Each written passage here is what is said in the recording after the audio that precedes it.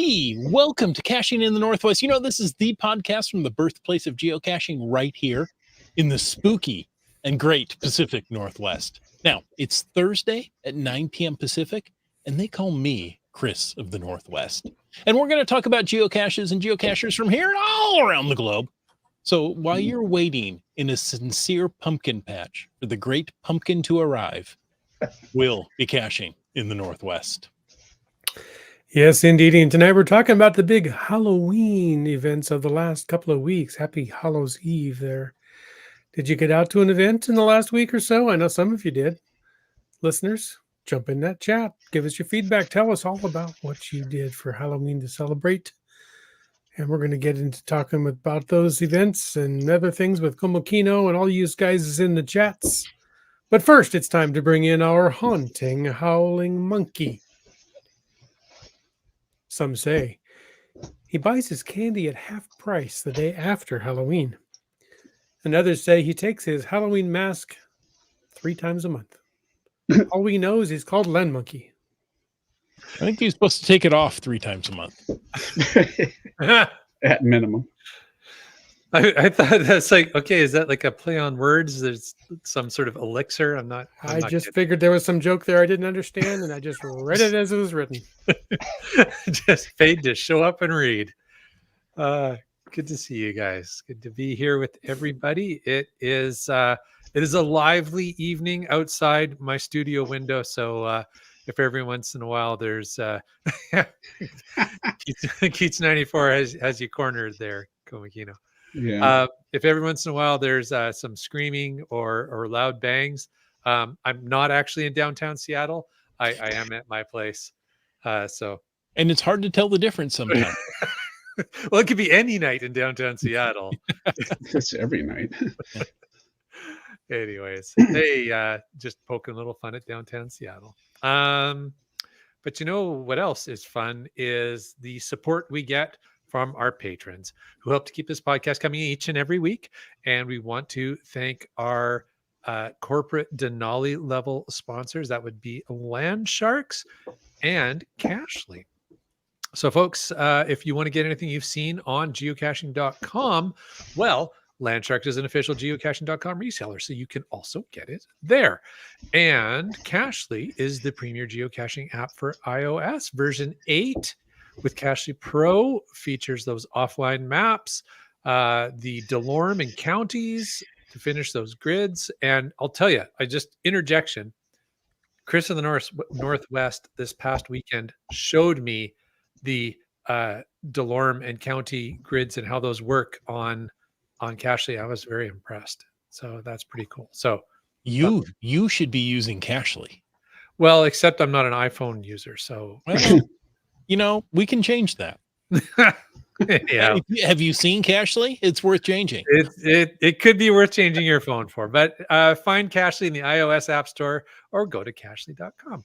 And folks, if you want to know anything else about supporting the show, because anybody can support this podcast, and we encourage you to do that. And whether that's through the financial contributions of our patrons, or even just making sure you give every episode a thumbs up on the socials and participate in the chat, like all those things, and subscribe to our channel, and all those things help the podcast. But if you are able to financially support the podcast, we really appreciate that support from all of our patrons. You can find out more by clicking on the Patreon link in the cachingnw.com website. Very nice. Komokino, have you listened to the podcast before? Nope. First time here. I don't even know who you folks are. Okay. Well, then this next bit isn't going to work at all, and we'll have to move on. No. But it's time for the glow, and there's usually a question I like to ask about now. Yes. Do you know what it is? It's the geocaching log of the week. Yeah. No. What's the question I want asked? Komokino gave us the answer. Yeah, he gave us the. Never mind. I'm sorry. I'm done. What's a glow? What is a glow? Oh, I'm sorry. I jumped the gun. But you apparently know what a glow is. Yeah, It is it's the not my first geocaching time blog on of the in this week. rodeo here, so yeah. Oh, look at everybody in the live chat going with it. That's awesome. I Yay! love you You guys guys. are all better than Rich. Yay. Doesn't take much. Way to set the bar, Rich. Aim Well, low. Komakino, whether you wrote it or whether you read it, we want to hear about it because great logs simply make geocaching better. You know, Komakino, you could call in to 253-693-TFTC. In fact, we'll hold the podcast while you do that right now. Okay, what was that number? It was area code. 253-693-TFTC. You know what you could also do? You could send a recording because I saw you had a fancy smartphone there. You could send a recording to feedback@cachingNW.com. Or, you know what? You could just email your glow right there to feedback@cachingNW.com. We'll accept it. And then we would have something like we have tonight, where Wits End is going to read us a story apropos to the season. Yeah, you could send one of those field recordings in from an event. It could be a log. I mean, I'm pretty sure that's what this acronym that Bradling put up. That must be like logs in event spaces, I think. Oh, yeah, that's it. I was trying to come up with what it meant, but it has to be Oh, something with wouldn't that logs. be hilarious? We'll change out the glow for the lies and only send in event logs. Okay. Well, let's see. The log tonight was logged by Shilly69, and it was a log on a cache, GC Juliet 7 Victor Hotel. Does anybody know what that cache is just by the GC code? Yeah, you can read the notes. You don't count. Oh. You're cheating. I'm not cheating. I found it. Yeah, you did. We did find this together. This is a favorited cache by many. There's a hum there somewhere. Somebody's got a hum. It's called That's a humdinger. It's called the bloated, festering head of my first victim, don't you know? And there's a new log by Shelley69. The log says, wow, what an adventure we had today. Benin and I have had this cache on our to-do list for a long time, but the weather or timing never seemed right. We wanted to try this when it was warmer, drier, and during the day, as this was definitely one I wouldn't want to do at night. Cache had asked us earlier in the week if we wanted to find this one, and we were in. After reading lots of past logs, waders seemed to be a must, even with the warmer weather. Gloves, long sleeves, hat, and a machete. Check. We were ready. Oh boy, were they ready? Yeah, I think that's well prepared for this cache. Either that or Crystal Lake. Jeez. After a short walk on the path, we found a small clearing and began the bushwhacking. Benin led the way, and we tried to follow animal trails, but still managed to hit some thick brush and mud. I was thankful for the waders when I sunk to my knee in mud, as I don't think my boot would have made it back out. After 45 minutes, we were within 50 feet and close to the swampy water. Benin headed left, and I heard him give a shout. Dang. Mr. Thomas has seen better days, but was I ever glad to see those shining eyes? We inked our names on the log and took pictures to celebrate finding this one. Now it was time to head back before Elalidian could drag us further into the swamp. It was at this time that I realized my waders had been shredded on the way in, and I was hoping we didn't hit any more mud. After more than an hour of serious bushwhacking, we spotted the group of trees that indicated we were almost back to the trail. It took some serious effort to make the last few yards to the clearing, and then that was it. We had tempted fate and had come back without becoming Elalidian's next victims. Elalidan, I've stumbled over that name every time I've seen it. It's a nice one to copy and paste. From this point forward, that How do you shall spell be that? Dan. 2 hours with the creatures of the swamp were enough for me, and I seriously doubt I will ever return to visit with Mr. Thomas again. But memories of the adventure will live long. Special thanks to my teammates for braving with me, and thanks to those previous finders who I reached out to for guidance and inspiration. I'm quite happy and content to be back home now. Let the swamp creatures lay undisturbed wherever they may be. Thank you for this interesting hide.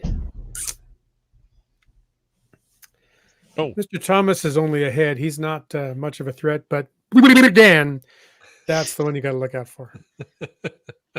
Komakino spelled it out there for you. Mm. Or that's really how it's spelled. Okay. That's how I read it the first time, but in the last part of the log here, it's spelled differently. Oh, is it? So then I questioned myself, L-O-D. as I am often want to do. Oh, you're right. See, Yeah. one says Lydian, one says Dan. So Dan is now the accepted pronunciation. Works It's for so much. me. It's so much easier to read than to say. Well, thank you very much. That the bloated, festering head of my first victim. Or the Is it- floated best head. It's The in a best swamp. So it floating could be head. floating. You're kind of a floating head there. Yeah. Incoming message from the He's a big little giant head. transparent. Yeah. can I see like right to through be you. open, honest, and transparent. Okay. Mhm.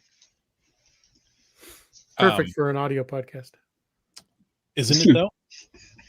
Ghastly. That was one of the caches. What did we do that at our 500? No, we didn't do that No. at 500. The 1,000 or I something. don't know. We did the What- 8 what- cache at 500. I forget Yeah. what it was, but Yeah, it was one of our milestone caches. every cache is a Um, milestone. Yeah, that's true. That's true. And I still have memories of it, and I think my clothes still smell from that swamp. What was the GC number? It was. Here, I was going to paste it in there if I can find thank it. you. Oops. Let's see. How about there? Will that go? Did I do it? Did I figure it out? You did it. Okay. Well played. That's a good one. That was a memorable cache Yes. for sure. Yeah, we'll have to plan for that sometime on one of our future trips down. Yeah. And you have to plan for it. Just glad don't Yeah, think, well, that's what we'll I'm. just pop in and do it. This is we've done a few glows from that cache on Yeah. this show, and every time it's like, okay, this is not just a park and grab here. I'm glad to hear that it's still active. Yeah, Mhm. The cache container, which is a head, right, Yeah. made out of foam, has really taken some damage over the years. It Yeah. hasn't held up well. So, when you look at it, it's more festering than I think it was when we found it. Or it's less bloated. Hey, I have a question here from Lost Ken that I've also gotten from a couple people in real life. So, since platforms change and evolve over time, people want to know, how do you get a wrench next to your name? And I think GSM times 2 said it best. You must be a trusted contributor who can put a link into the chat or donate $500, whichever one you prefer. I thought they were just Snap-on dealers. Oh, maybe they are. I didn't realize we were saying wrench. So okay. Yeah. Were you going with winch? Wow. It's a winch. Oh, a winch, right? Yeah. Yep. To pull you out of the swamp with a bloated festering head. Yeah. And as White Custer points out, if you're coming down from Canada, when you're crossing the border, don't tell them you're going for the bloated festering head of my first victim. On the way back in, it's fine. Purpose of your visit. I Yeah. visited Oh, the God. bloating, festering head of my first victim. How funny. Yeah. At first, then they'll throw you in jail. Yeah. So anyway, the wrench comes from YouTube, and apparently now it's carried over in StreamYard, which we use. Oh, to- there you go. Yeah. Oh, look at See? that. Yeah, I didn't realize that. Yeah, because now it shows up here in StreamYard, which it didn't a few months ago. So you need to graduate from making screwdrivers Hmm. to the wrench. So Okay, did we actually answer the question at any point of how do you get the wrench beside your name? Bryling Home is Depot. actually being useful. The wrench indicates a chat moderator who can squish spam or other unwanted comment in the chat. So okay. Or and we you just continue mix to say what- vodka and orange juice. We continue to say what it's for. I don't think anybody's actually ever answered the question, how does one achieve it? How does one get it? Other than Just the given 500 to us, right? I have to go over in another window here The and find somebody who doesn't have one. Like, let's say Right. Cache Canada here, and I can add them as moderator. Carlos. Whoa, hold on. We trust Dave with a wrench? No, no, we don't. the lady of the lake arises from the mist and casts upon thee a wrench. Look. Oh, is that how it works? Yeah. Some Gong! distributing swords is no system for government. Watery tar rose out of a pond. There you go. So, All right. we have only had a couple of ne'er-do-wells that ever have entered into the podcast. And, you know, Other than Yeah, but they've the stuck host. with us. So other than the host, right? Yeah. Or a guest. And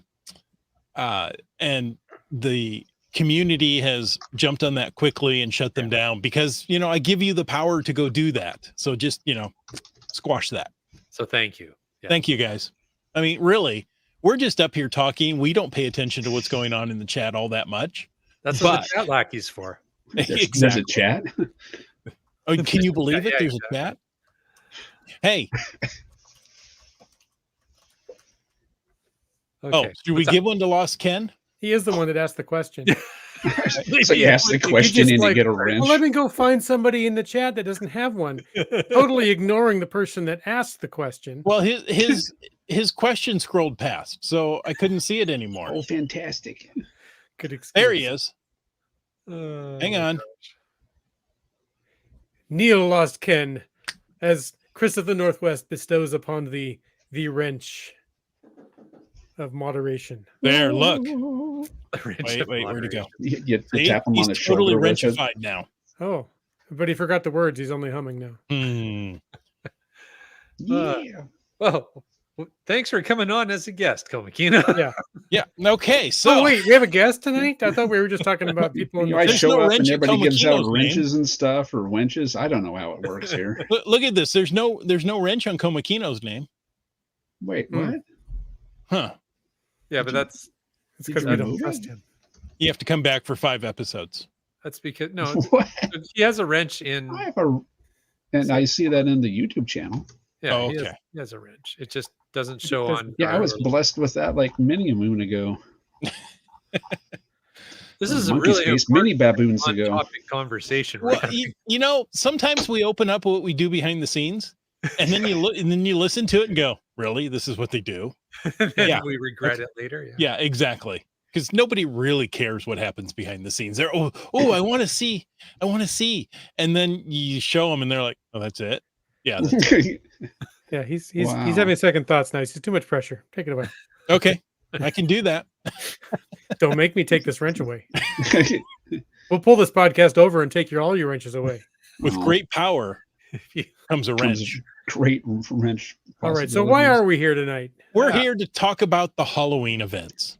Ooh. We'll eventually get to them, but if you have an interesting Halloween story, use the hashtag Halloween in the chat. You can ask any questions. You can pose thoughts, something that pops into your head, somewhat related to the show or how we operate the show in the background, or how YouTube works, or you know, whatever. Just toss that in there. And of That course, would be a fatas. Vodka Oh. and orange juice. that's a screwdriver. I don't know what a wrench is.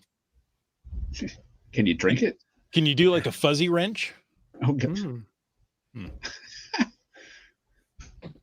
But of course, you can also use FATAS to talk about things that, well, they may not relate to the show, which at this point is going to be a stretch to find something that doesn't relate to the show. Yes, Why break a GSM habit? times two. Last week, someone came on and asked, "Is this a podcast about geocaching?" And GSM times two says, "Apparently, it isn't." Well, tonight Sometimes. it's a podcast about podcasting about geocaching. Yeah. How Probably meta. yeah, something like Yeah. that. It's normally a lot more under control when Komakino's not a guest. Hmm. I'm sorry, it's all my fault. That's because he's got that really cool ceiling that Heather likes. There we go. All right. Maybe So it's this thing that hashtag might fall Halloween there. to talk about the Hashtag topic. Halloween. to talk about the topic, which we're still not sure what it is, but Rich will get us there at some point. And before we get into the topic, I mean, we haven't really gotten there yet, so let's not break the ice there. Okay. You got some news? Yeah, Land Monkey, you have some news for us. I have some news for you guys. Surprise. Hey, guess what? Chicken butt. That's a wrap on World Postcard Day. Between September 29th and October 5th, over 18,000 geocachers attended events around the world to celebrate postcards and geocaching, while earning the World Postcard Day 2024 souvenir, with many sending postcards to friends, family, and even some postcards to HQ. Isn't that thoughtful? Isn't that lovely? There you go. The end. That's it for the news. Thanks. Moving Thanks for on. going. All the news it's worth printing. Hey, this may seem, a little awkward at this point, but we have a guest tonight called Komakino. I don't know if you've met him You yet. do? Hey, look, there's a guest down there. Hi. He's known for his award-winning GIF horror entries. I don't know if they're really good or they're horrible, but they're award-winning. They're good. He's known for his artistic skills and his very popular YouTube channel. I'm sure there were people there with wrenches, not to mention all his wonderful costumes. How much do I owe you again for all that nice stuff? you said? 500, Like, and you get a free wrench. so sweet. We'll throw in a wrench for the fun. Yeah. Done it before. See, you said Carnation was fun, posted a video, and Carlos watched it. Yay, that was one person. Woo! Thanks, Carlos.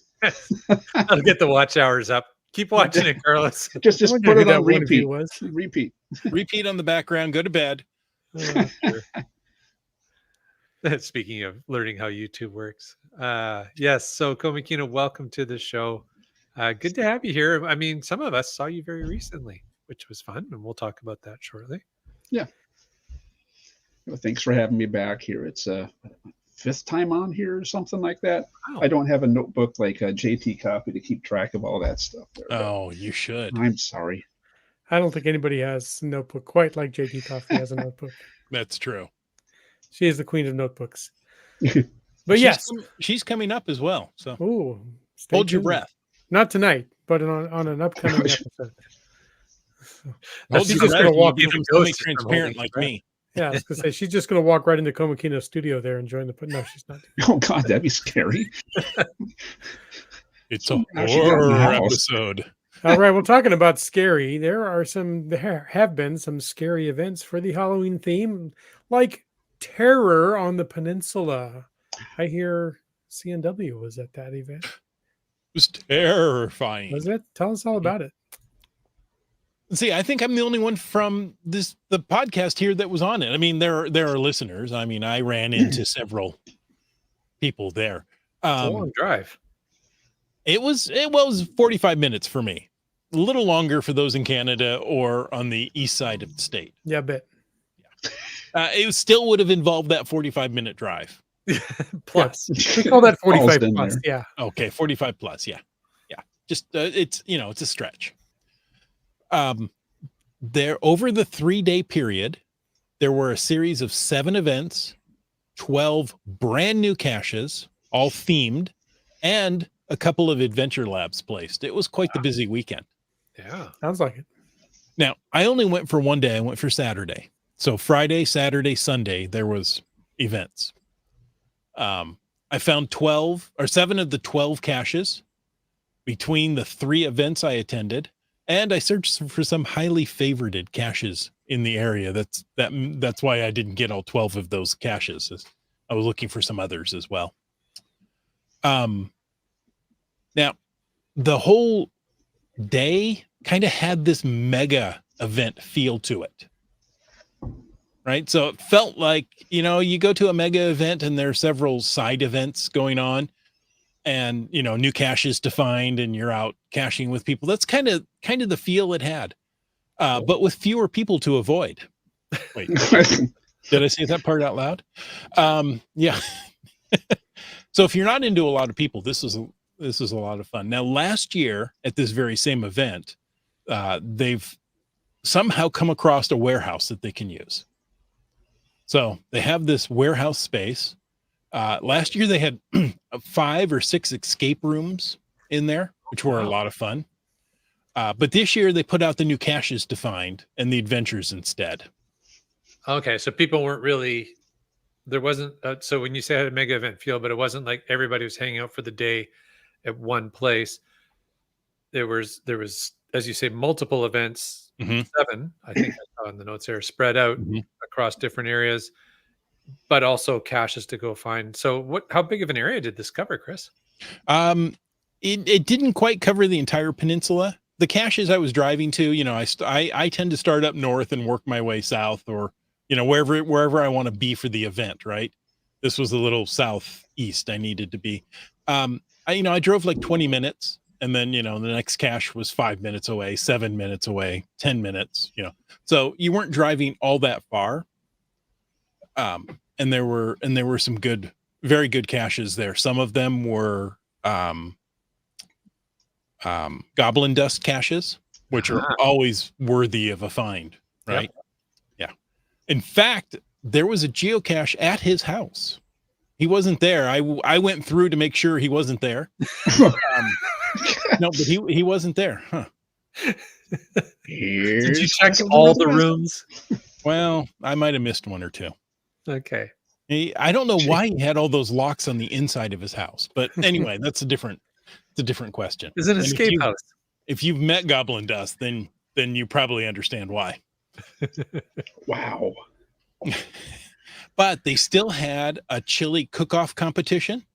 Well, that's neat. Oh yeah. I want to say there were 5 chilies to choose from. Wow. And pumpkin carving as well. Must have been a gas. Must have been a gas. Oh yeah. Oh. Powered my ride home, let me tell you. Rode home alone. It wasn't by choice either. I kept dropping people off. They're like, okay, I've had enough. I want out. Here's good. Just let me off right here. I'm good. If you're looking for a good chili, you need to talk to Go Warcat. She's won now 2 years in a row. Really? Yeah. Wow. Good for her. That's awesome. So there you go. Chili is such a great contribution to Earth. Indeed. Mm-hmm. And greenhouse gases. Oh, look at that.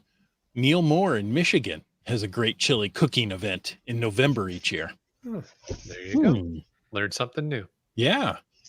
Bob Billy is there with his special roadkill chili. Yeah. It's different every year because, you know, you never know what you're going to find. Just found it. You hit it, we spit it. Oh. All right. So that was a fun weekend. Does that wrap that one up? I think so. That was the Bremerton area and around, you know, around the peninsula there. Okay. And then the following weekend, everybody on this screen that's cool met up again at a new event. Where did you go for that one? Rich, why don't you take it? Okay, hi. Went to the Halloween extravaganza out in Bellevue, hosted by everyone's favorite bounce gadget cachers. So bounce really and cool Goblin event out there. hosted. Lots of fun. Mm-hmm. Well, that's why Goblin Dust wasn't home, I guess. Yeah. Hey. He was up in Bellevue preparing. Did you go through Bounce's house when you got up there, Chris? Well, no, there weren't any bounce houses available. All right. Too funny. Yeah, that was a really, really fun event in it was in Bellevue. I always get the communities mixed up. Bellevue, Factoria, it's kind of a weird spot, but yeah, you could say Bellevue. Okay. It was, I think so. It was huge. I mean, that felt like a mega event, and we basically spent the better part of the day there. I think most of us did. I was there from noon to 7. There you go. Yeah, I think about Yeah. this. Yeah, we were there at the same time. Oh yeah. Were you with me? We all pretty much. Well, you guys left, but I was hanging out with you there in the droid room with the Yeah. Star Wars things. Well, and Yeah, I the- think And we didn't break any of them. No, not at all. Not a one. we're not going to talk. It's We're not. not It's gonna not talk a about we. that. It's a you. We said we weren't going to talk about that. But I think, yeah. Oh, GSM times two no. says 30 minutes into the podcast and Komakino finally gets to answer a question. Yay! Oh dear, yeah. No. Thanks for joining us tonight. That's all we have time for. All right, it's a pleasure. See you guys next time. Well, no, but I think one of the things that I thought was really cool, Rich, was and I mean I had heard about this because the guys had the hosts had been on a previous podcast, but I didn't really know what to expect when we got there. But it's a 3-story office building, the entire building, And it's Yes. a large office building. Yeah. Large size. And so, Rich, like what all was there to see there when we got there?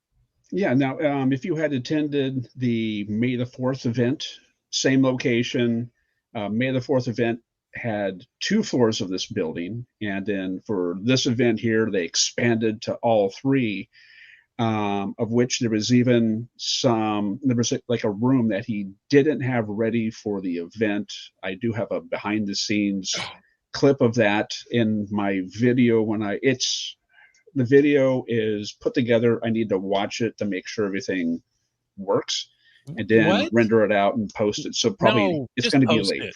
It's going to be Just- fine. Yeah, quality We'll fix it control in is post. overrated. Look at this podcast.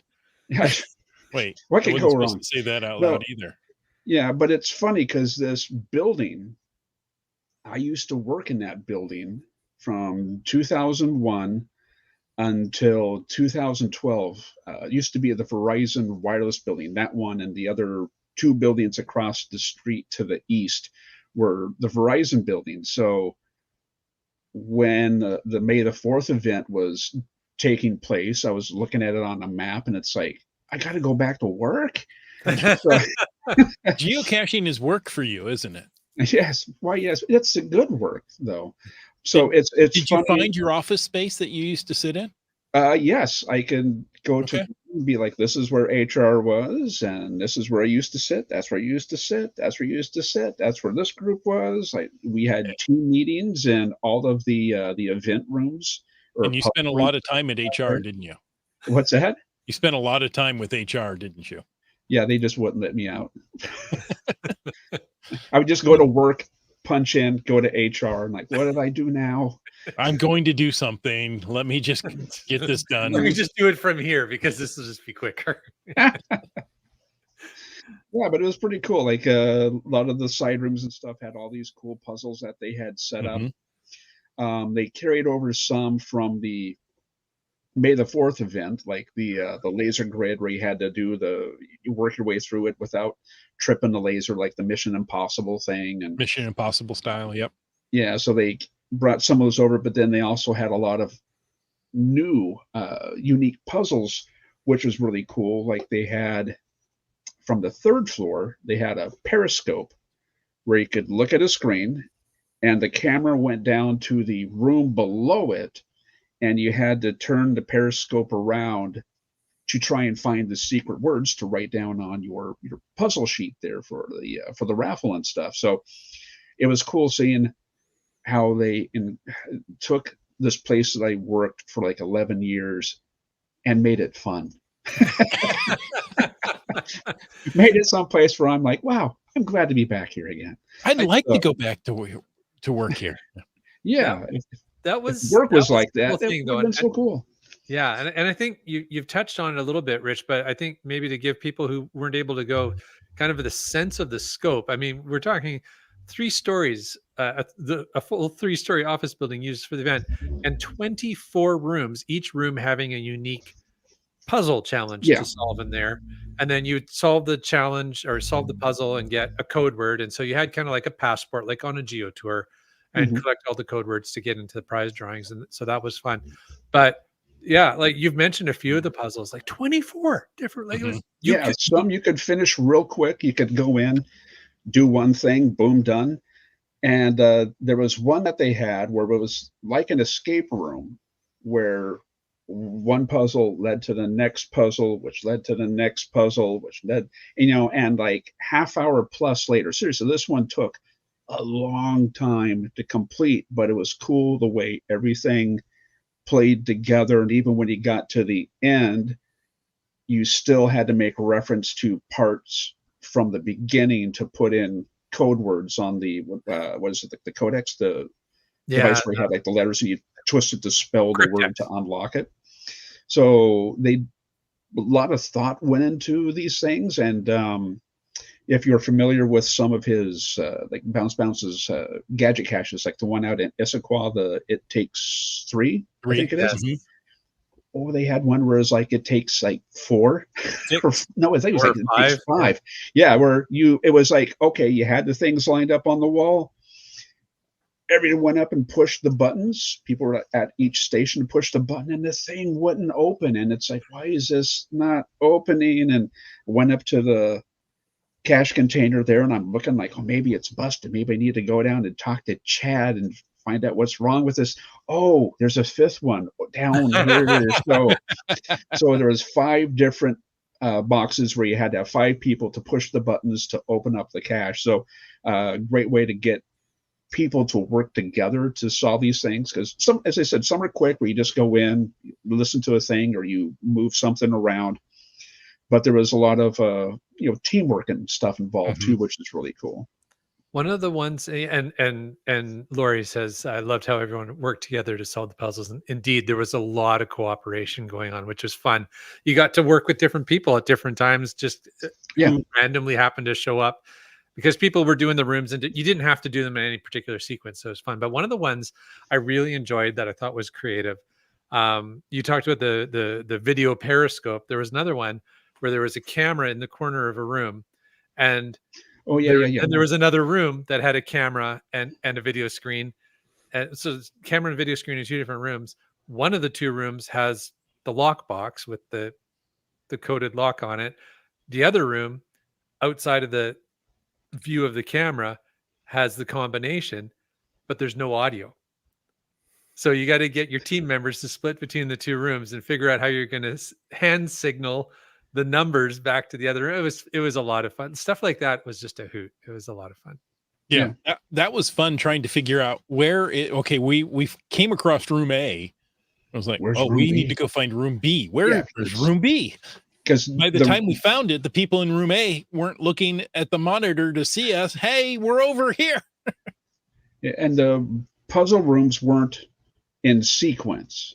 Right. You had your puzzle sheet, 1 through 24. But when you would get to the floor, you'd be like, oh, this is puzzle 4. You go down the hallway. Oh, this is puzzle 13. So you couldn't do it like, let's say, in sequence. You had to jumble it up there. So I thought it was kind of neat the way that he did it for that, as well as the May the 4th event too, which is kind of the same thing. Right. I expected to see, Darth Vader with a pumpkin on his head. And they were going to get there. We did it, and turned it from a May 4th to a Halloween event. But no, nothing like that at all. They announced some stuff for the next May the 4th or May the 3rd, May the 5th, or they changed the date on it because May the 4th is like on a Friday or something. So I think it's May the 3rd is when it's going to be. But it will be the May the 4th event, but it's going to happen May 3rd of 2025. And as GSM, that's Saturday, May 3rd. Yeah. There you go. As GSM times 2 says, OMG, that sounds like this could be a replacement for going caching. And I want to say, I really want to encourage everyone who's listening to this podcast who didn't get a chance to go, plan for the May the 3rd event. It's going to be the same location. So just look up Rich's work history, and then you can find where LinkedIn exactly. Online. Komakino on LinkedIn. But plan to come down, like the quality of event that these folks put in. And here's another thing: at the tail end of the night, everybody walked away with some sort of prize. Nobody walked away empty-handed. So they put so much time and effort and finance into these events. Like, plan for it. It is going to be amazing. on May the 3rd. They'll come up with new things. You know it's going to be fun, and the more people there, the more fun it is. Yeah, I think he was even saying at the end, Chad was saying at the end that they were going to try and make it a mega, because a mega is what, like 500 people or something, or Yep. what's the numbers? 300 will attend. 300, but yeah. So I think they're trying to push for it to be a mega event, which would be great, because if this becomes like a regular thing, we've got a nice 3-story building that we can have everybody in, so definitely, if you can attend it, throw down your will attend, and let's make it a mega. Yeah, they're hoping that the Star Wars event will turn mega. I think we can do it. I think the CNW listeners can do it. Oh, definitely. If everybody Yeah. listening to this podcast just decided to go there, it could There be a you go. mega. Yes. And also the neat thing about this too is that it just wasn't like an event where you just show up and do a bunch of puzzles and hang out at the end to win stuff. They had a gadget cache, make your own gadget cache course or a class thing going on, where you could make one of 2 different types of gadget caches. One where it's like a container with a plastic tube that was cut out that you put a bison in, and you try and shake it to get the bison to land into the tube so you can slide it out of the container. Which I absolutely hate, and nobody should ever put that out. Hammer time, man. Hammer time. MC Hammer ain't wrong. That's right. And then they had like the cubes, where you have to line up the cubes, and if they're in the right sequence, then the numbers would show, which is really cool. But I'm like, yeah, if you put that out, someone's going to steal it. but it's cool having these courses to get people into the electronics and the tools and things, to where they can maybe use that knowledge to maybe make something like a future cool gadget cache. Ooh. Absolutely. I need to wind back a little bit. And thanks, Seebeck Tribe. What don't you like about that kind, she asks. Because at the previous week's event, the Terror on the Peninsula, Seebeck Tribe put out this cache, right? It's about the size of a coffee can. You remember the old coffee cans, the metal coffee cans, right? Clear plastic around the outside. About that big, right? Big as my hands. And with a PVC tube in the middle that we cut with a slot, so you've got to spin the bisons around the tube and drop them around the cylinder and drop them into that tube. Then you can slide them out. She did one with 3 bison tubes in it, and of course, 2 of them were oops, close, try again, and the third one had the log in it to sign. And it was the rainiest part of the day. I'm in a downpour. The coordinates wouldn't get me close to where I wanted to go, so I'm wandering the woods, and then I find this. And I'm like, oh no, you two still friends when you were done with that? So as soon as I saw her at the event, I said, I don't like you anymore. Yeah, but I think it's your favorite point anyway. I think it's a good point, though, Rich, that you brought up about the gadget, because the Gadget Academy aspect, Bounce is known, as is Goblin Dust also, for the creative physical caches they put out. Like anybody who's done Johnny Island's Throne Room or any of the other Bounce caches in that area, like the creativity that goes into these and the amount of engineering that goes into these. Well, basically, you had the opportunity for him to walk you through a simple one, if you chose to do that one, which was the not simple to solve, but simple to build, which was the tube one with the bison tubes in it, the spin it around and drive yourself crazy one. And then the electronic one that Chris, you and I built, which again, like I was just so excited and having so much fun in the Gadget Academy, because it's in my job, I don't get to actually build a lot of things with my hands. So there's this opportunity to have the soldering iron and the solder and the PCB boards and the circuits and just putting everything together. And then by the end, having something that that works. Like it does the thing that it's supposed to do. It was awesome. And Brian from the Vancouver Villains, he was sitting with us as well, and CRS 98. And we had lots of our listeners were in there and having fun. Very, very cool. Cache Canada is asking how the cubes actually work.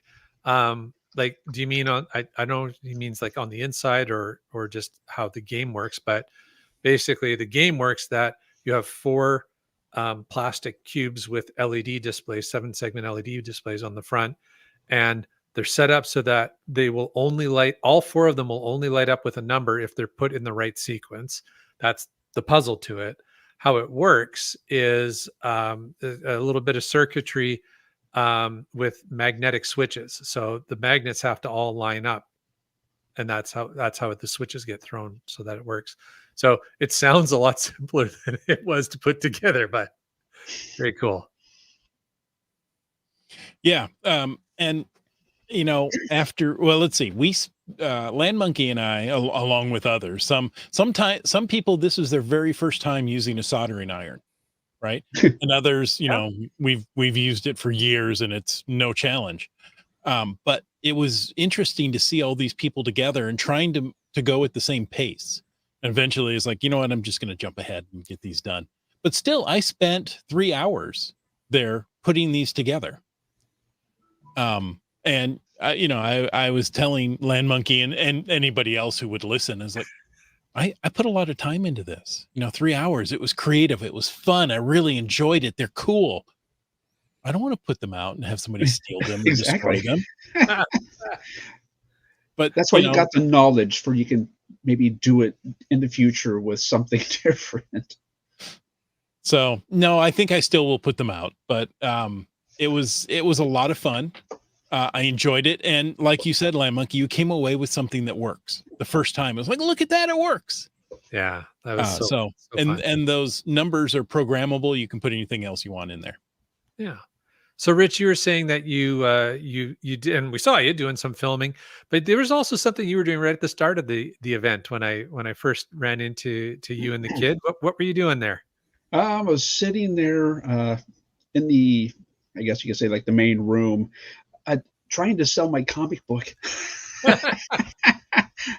I didn't expect to like move and sell a whole crap ton or anything. Mm-hmm. I just, because most of the people that were there already bought it at the block party, but I did sell a couple books there, and I did do a commission art piece there for the Supernauts. Oh, I'm sorry, the Vancouver Villains. So got a chance to get a little commission piece in and sold some stickers and some buttons there. Just, I figured just something to do just to kind of get the book out there again and get some spending cash. Christmas is coming up. Christmas is coming. I was going to say, and the comic book could be a great Christmas present. Well, I was just going to say, if people, maybe some of the people listening to this podcast don't know about the comic, Rich, why don't you just throw a quick plug in for the comic? Why, sure. Back in the COVID years. Yeah.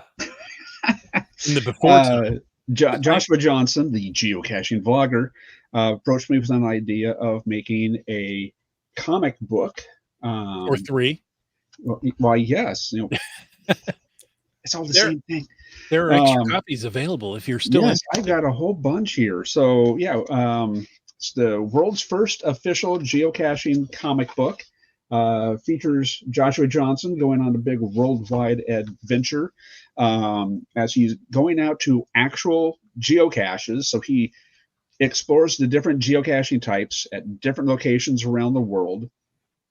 And again, these are caches that you could actually go out to if you wanted to go to the top of Mount Everest. Good luck. But yeah, it's a nice way to, see, it's not that hard. You just have to go through a maze. You can get to the top of the mountain. Yeah, if it was only that easy. And even go into space, just hop on a ship and go. Very easy as cake, right? So, but yeah, it was a project that I worked on with Joshua from 2021 or so. No, yeah. And then we sold it at the block party back in 22. So got extra copies here if people are interested. So make a great stocking stuffer, a great way to introduce people to geocaching that haven't heard of it or don't know much about it. They can see, as I said, all the different caching types there. There's lots of puzzles and games and stuff that are in it there. So as you read it, you're actually looking for things. You can find trackable numbers that you can log as finds. Yeah, it was a real fun project. Had a great time working on that there.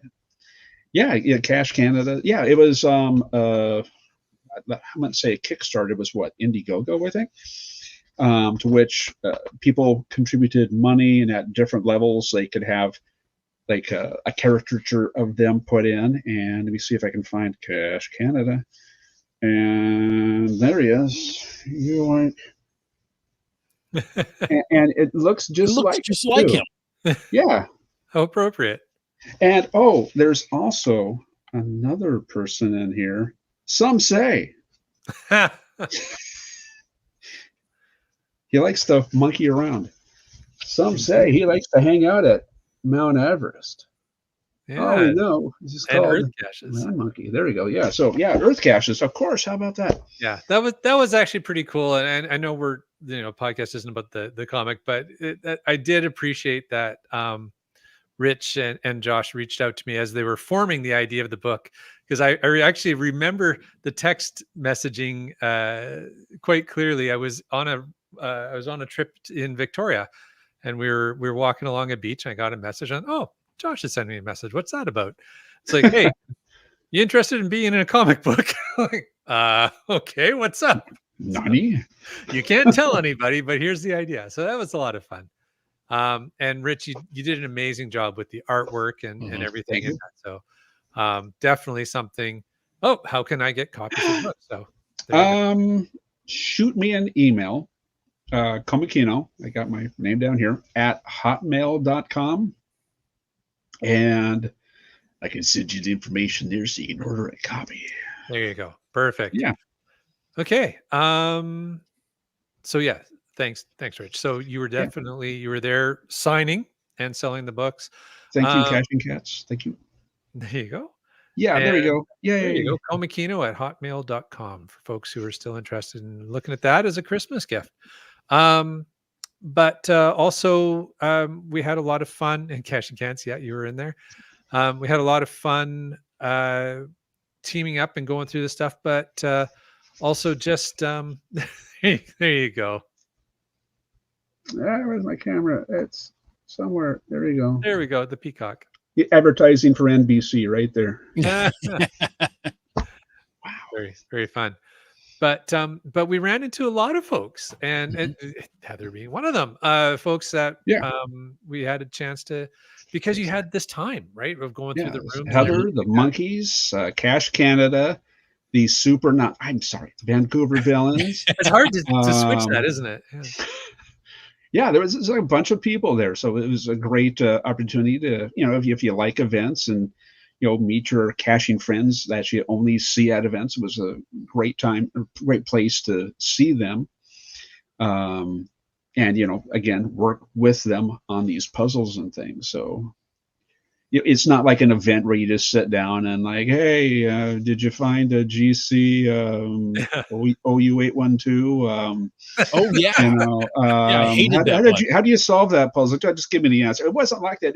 You actually work with them on these puzzles in those rooms here. So it was a great way to get people to do something more than just sit down and eat pizza. Yes. And we talked a fair bit there about the Gadget Academy. That was optional. You didn't have to do that. Right. And you could spend your time doing some other stuff. And it was an extra cost. There was an extra cost to it. But I think that cost also helps fund the event, right? Because it was a free event. You didn't have to pay to go. Yeah. Chad was selling coins. And there were trackable coins here. So very cool coins. Coffin-y coins. Yay. On theme. Yeah. So if you go to those events, I would say buy the coins.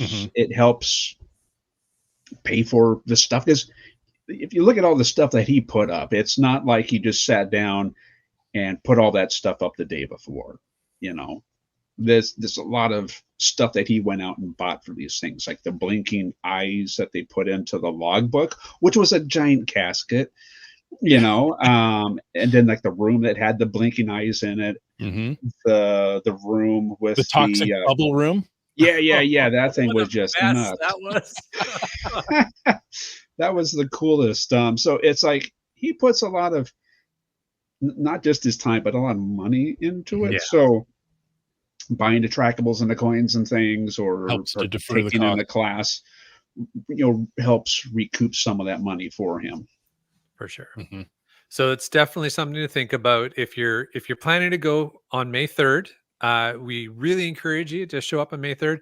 If you just can't afford anything but to show up and have fun, awesome, do it. But if you can, find ways to donate to support the event. I mean, I'm hoping that these will keep going. The guys have indicated that they're willing to keep it going as long as they can. So yeah, let's support it. Let's get a new mega going in the Northwest here. Exactly. Cache Canada says the amount of work Bounce, and Goblin Dust, and all their helpers did, and other volunteers for sure. Yeah. I know Goblin Dust spent like 6 weekends there, driving out to to that location. That's commitment. Yeah, and Bounce shared how room kept evolving as the setup went. That was the toxic bubble room, the one that I heard of. Yeah, there was like a bubble machine, right? And as you know, it would spin and blow all the bubbles out. But then the desk that was there, which you'll see in the video, that made a huge wet spot on the floor as the bubbles. Oh yeah, up. It caked that table so full of. So they put a table there bubble to catch the bubbles. Yeah, so I accidentally touched it because I saw that there were these discs on the table, and it's like it had reference to Resident Evil, the video game, and I was like, oh, cool. So I touched it to pick it up, and it was like, oh, this is so disgusting. And I put the thing down, and I looked at my hand and go, wow, my hand's glowing in the black light. Oh, suddenly you're covered in toxic waste. Yes, just like the keyword that was on the wall. Yeah. Speaking of putting your hands in disgusting things, what about the big vat? With the big with the balls. Okay, when I went into that room, there was a bunch of kids that were just going ape nuts. They were just. I'm going to say something else, but these kids were just screaming and yelling, and they would put their hand in there and they would throw the balls and stuff at their other siblings and their dad there, and dad's like, don't do that, but then they would do it again. And so I eventually just left the room because it was just so crazy. But yeah, there's people who were like, yeah, that was pretty cool. You put your hand in there, just like, oh. It was so to help people understand what we're talking about, it's basically a horse trough, like those big aluminum things that people do the ice baths in, a big trough, and it was entirely filled to the top with some sort of like jello slime and gel balls and water. So you would just, it's like like Orbeez, like a big ball, like a ball pit there, like a big ball pit, but with like tiny little balls. But he said that he bought packs that had like 1,000 plus of those things, and he said the number of packs that he bought that he used, and he says, yeah, the total number of balls in that thing is like over 1 million. And it was just like, dang, that's a lot of balls. But it was fun, right? Like, and we're even getting comments. Yeah, you had to find a cube that had the keyword on it. Yeah, but there was different red herring cubes thrown in there, so you'd find got it, and it would say try again. So then you would have to dig around. And also, Chad had hid a bunch of keys before the event. I don't think we mentioned this, to where it would open up a special prize at the end. These gold bars they were 3D printed, and he said that he were using real gold. I don't care how they're made. I know, right? But he said that he had one of the keys in there. Oh, So I don't know if anybody found it, but he said that one of the keys was in that big that's vat. funny. So, Oh, perfect. but yeah, Yeah, and it was big enough 4 people could get comfortably around it and put their arm in almost to the shoulder, Up to the elbow or to the armpit. past the Yeah. elbow. yeah, shoulder deep. Yeah. Yeah. It's pretty crazy. So Jim, you gotta put it in your calendar for May 3rd. We need you out there, buddy. See what we can Yeah, do. Orbeez. Yeah, kind of like those things. If you know what those are, it's Yeah. it's about that size there, and Yeah. just like millions of them in there. They're very small. You put them in water and they, inflate to, I don't know, 2 or 3 times their size, Yeah. but it's still smaller, than I don't Smaller than paintballs. If you're yeah, into yeah, paintball, it's about smaller that than that. size. I was trying to come up with what do kids play with now? Super balls? No, they don't know what those are, do they? They're phones. Yeah. Oh yeah, an icon on your phone about that size. Yeah, Yeah. yeah. Oh, but there was also, well, after the event, I was talking with Chad there for about like an hour or so, and I even had a chance to chat with Goblin Dust because I've never met the guy in person Oh, before. So okay. I had a chance to talk with Goblin Dust. He's a really cool guy. Yes. But Chad Stop was by his house. taking, what's that? Stop by his house anytime. Yeah, you show me where it is. But on the first floor, there was, I would say, not many puzzles. hmm But Chad was talking and saying that, oh yeah, we had a big conference room back here where we had some stuff set up for a puzzle, but he couldn't get the parts and stuff in on time to work it. But come back here. I'll show you how it worked. So went into this room, and it was maybe like, let's say, 3 times the size of the big meeting room that we came in, Okay. or maybe 1.5 times the size of that one room where they had the prizes at the end.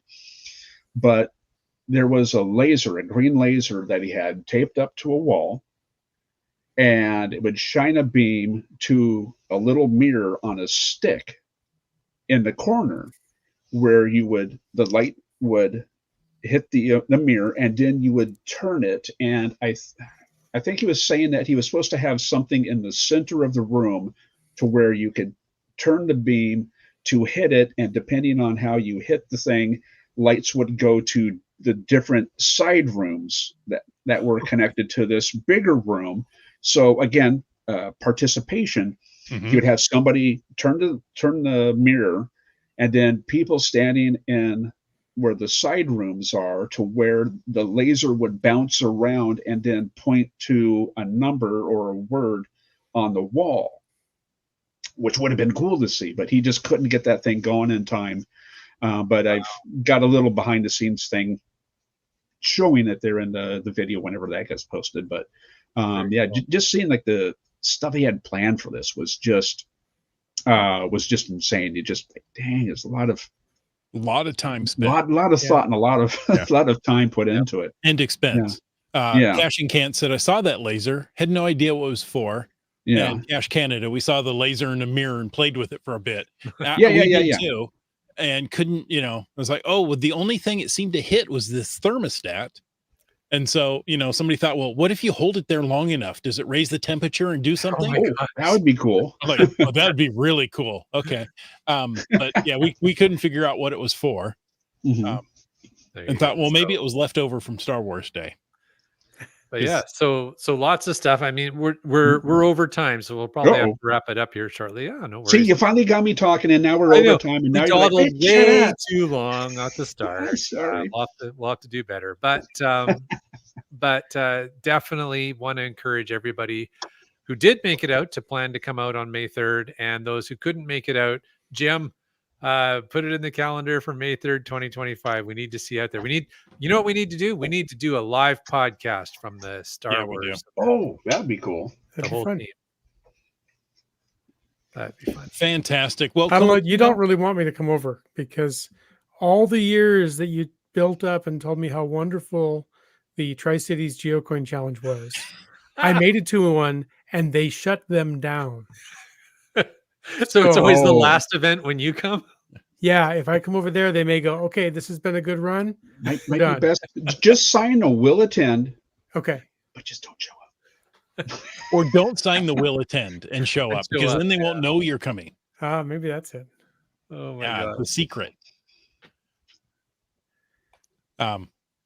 Oh, Heather likes that idea. Yes, live. Good idea.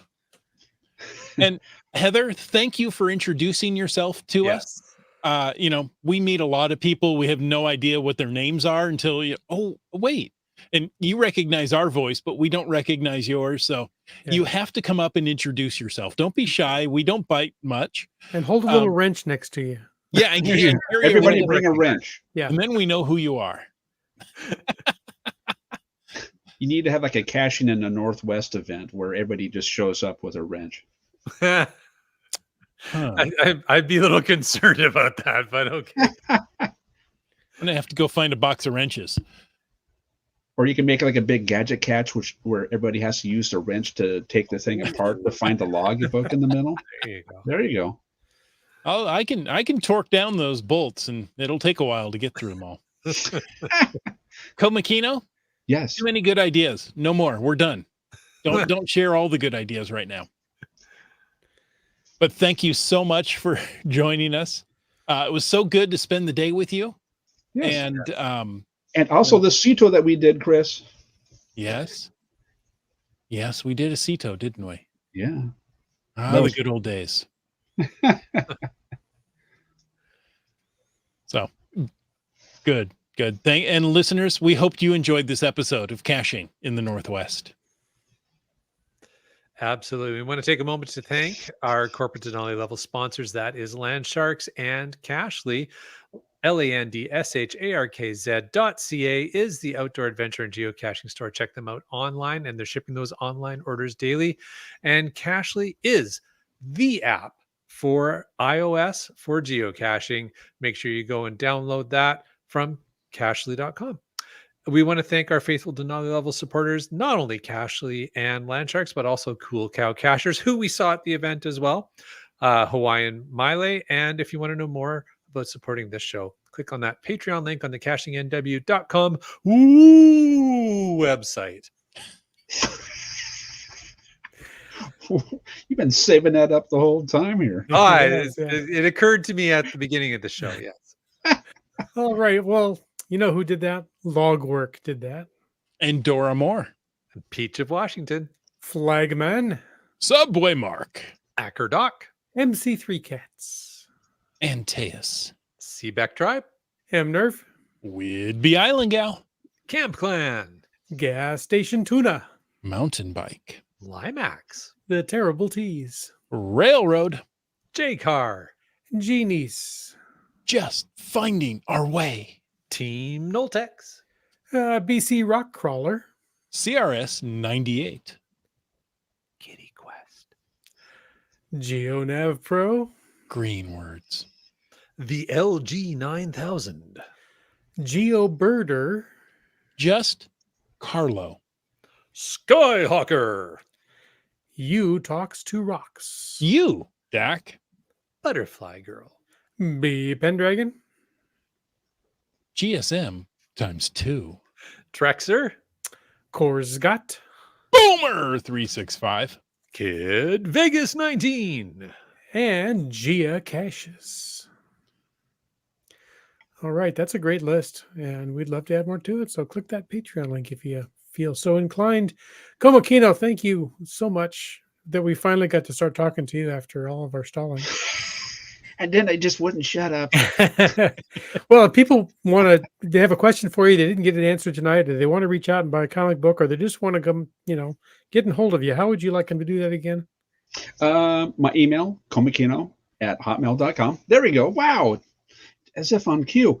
Also have a YouTube channel. Same thing, KOMIKINO. You can watch my geocaching videos there. The video for the event here, as I said, still have to render things out with it. So it's not going to probably be up tomorrow, which I usually have things up on Fridays. So give it a few days, probably over the weekend, it should be up. So definitely you can check the videos out there of our geocaching adventures. Love it. And folks, thanks for taking the time to listen to this episode of Caching in the Northwest. Your support helps keep the quality shows coming. So if you like the show, please click the Patreon link on the cachingnw.com website. And of course, if you didn't like the show, let us know what you want us to talk about. But if you like the vibe, please subscribe wherever you get your podcasts and leave us a review. Because if you were in a restaurant, you would tip. If you were in a live audience, you would clap.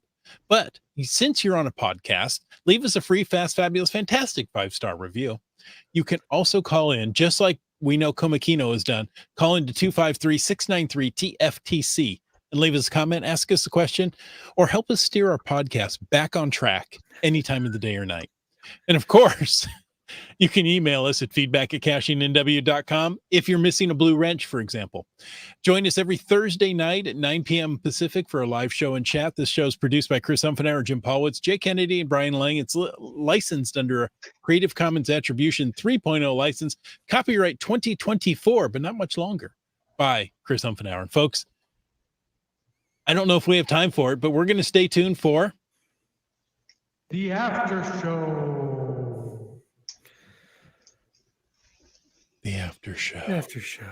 After Oh, show. look, Seabiscuit watched your carnation video. See, Thank you. Well, I saw her at the event there, so it was fun seeing her down there. Yes. And you know what? Actually, that's a good point. There is a Facebook, I'm not sure if the Facebook group or whatever it is, but certainly there are lots of Facebook posts. If you search on Facebook for Halloween extravaganza, you'll see lots of photos of the things we were talking about and the fun that everybody had. So check that out as well. And we really didn't even mention the keys that were hidden about. Komakino did briefly. I mean, they were hid all around the community for miles around, right? I hid one down here in Tacoma. I got one. There was one there's some in Olympia up north. It was all over. Mhm. They'll do the same thing again for Star Wars event. And we're going to have Bounce on to talk about these upcoming events, some other event he's doing, this Gadget Cache Academy. We're just going to have him on, for like the next month and get all the secrets out of him. Every episode, it's the Bounce show. Yeah. The Bounce house. Ooh, that's we're funny. on to something. We're on to something indeed. Hey, speaking of Halloween events, and then the last name when we went through our patrons, the last name that came up was Geocaches. Did you see the post on Facebook of her Halloween costume? No. Was it a blue wrench? Star Wars? No, she dressed up as one of the PNW trolls. Oh, I love it. And the costume is amazing. Really? It's like, it looks like wooden shakes, like the same thing as the troll. It's brilliant. I was super impressed. That's very cool. I got to look that up. Right? Yeah. Genius. I thought it was. I thought that was really cool. Let's see. I think we have some FATAS. Let's start with. Oh, well, Seebeck Tribe attended both events over 2 weekends. Nice. GSM times 2 got to a Halloween event, but didn't have the normal number of 10 attendees, likely because there was a Dodger game on. Oh, Hey, congrats, Dodgers. Yeah. You did well. Did they? Yes. They did. Yeah, it is now. Today is the first day that the Mariners start building up hopes for next year so they can crush those dreams in late summer. they do that every year. Yes, Well, at least they're consistent. that's right. They're the only Oh, team. God.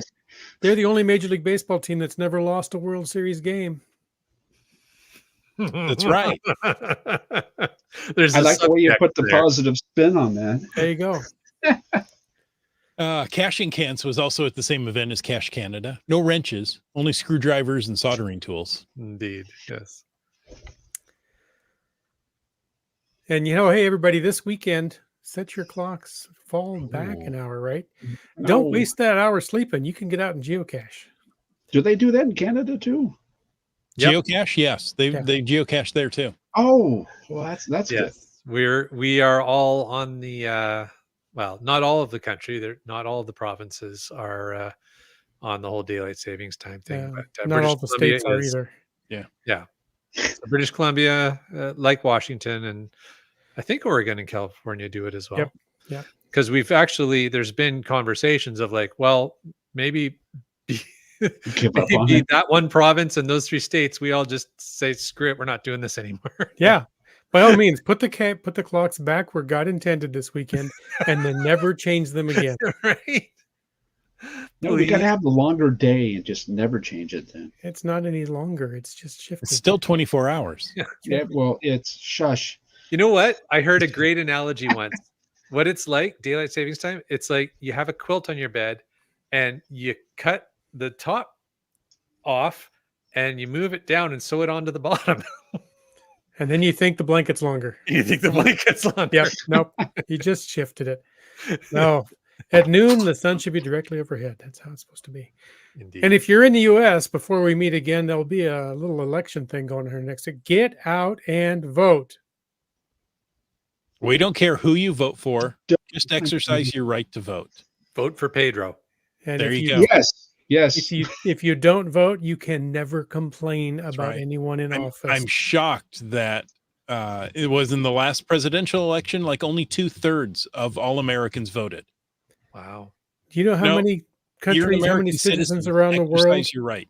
Yeah, you know how many people around the world would kill to have that right? Right.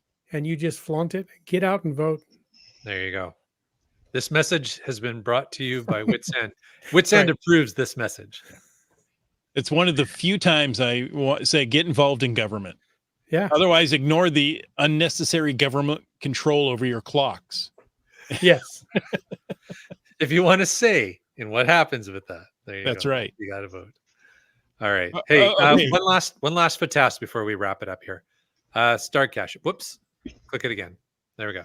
Starcacher says this week he published his virtual reward 4.0 GC Alpha Juliet Hotel 6 November at the Toledo Museum of Art and his very first adventure lab. Nice. A credit that he's had since before COVID. So there you go. If you are in the greater Toledo area, go check it out. Well, if you're in the Toledo area, I've been there. It's not necessarily the greter Toledo area. It's just the Toledo area. Well, now it's greater because It's greater now. Oh, Yes. no, you're right. You're right. No, I want to say they did a lot of work right around the waterfront there and made it beautiful. Making Toledo. See, I was beautiful. right. GSM times 2, 2/3, 66% of the voting eligible population turned out for the 2020 election. That's not Highest even rate a for any C grade in any school. national election. Wow. You can do better, America. Yes. Yeah, exactly. We're watching. Go Dodgers. Yes. There you go. All right. Good fun. Great show. Yay. Folks, thank you so much. Sorry we went long. You know what? You're stuck in your commute with traffic anyway. You hardly noticed. But until next week, get out and get caching in the Northwest.